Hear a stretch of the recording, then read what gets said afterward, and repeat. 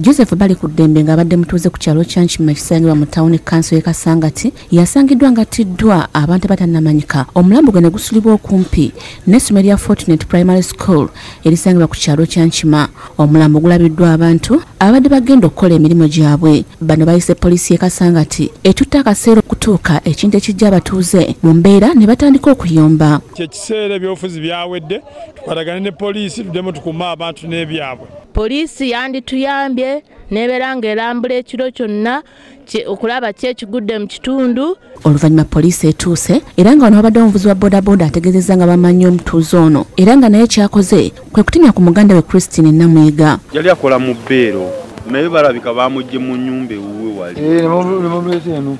Bamuleete eno. Wabula Namwiga bw'atuuse mu kifo kino takyuse kukikkiriza nti mwannyina yattiddwa.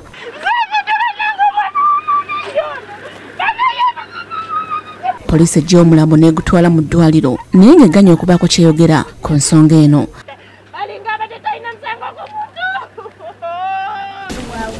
Ate okuvaako e Nansana waliwo omukyala naye asangiddwa ng'afiiridde mu nnyumba naye ng'abantu batanka n'enfa ye. Abamu bategeezezza ng'omukyala n'obadde anywa omwenge ssaako n'okukyusa abasajja nga kyandibanga ekyamuviiriddeko okufa. Asangiddwamu guno omwenge gwa Uganda walagi